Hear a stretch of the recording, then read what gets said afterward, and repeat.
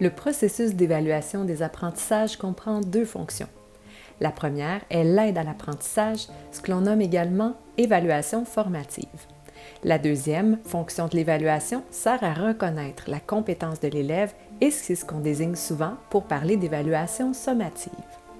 Si l'on concevait autrefois le processus d'évaluation des apprentissages de façon plutôt linéaire, c'est-à-dire qu'il se déclinait souvent en phase de planification, d'apprentissage comme tel, d'évaluation formative, d'autres apprentissages, puis d'évaluation sommative, on parle maintenant davantage d'intégration de l'élève au centre de ce processus, c'est-à-dire qu'il doit être actif dans toutes les étapes du processus, à la fois lorsqu'il se trouve en évaluation pour l'aide à l'apprentissage, mais également lorsque l'on reconnaît sa compétence.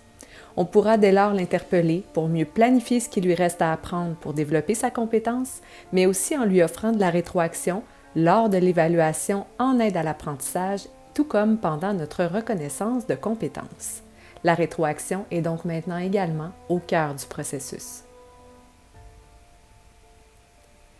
Parce que la première fonction de l'évaluation est l'aide à l'apprentissage, c'est à celle-ci que l'on devra accorder davantage d'importance tout au long du processus d'évaluation.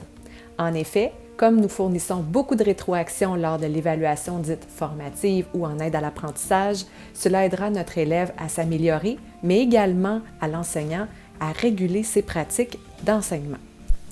Toutefois, l'évaluation en reconnaissance des compétences n'est pas à négliger, puisqu'une évaluation sommative s'avère un outil important de rétroaction si l'enseignant accompagne l'élève en lui fournissant les éléments précis qui lui permettront de bien mettre à profit cette évaluation dans son processus d'apprentissage plutôt que de ne servir qu'à indiquer une note ou un résultat.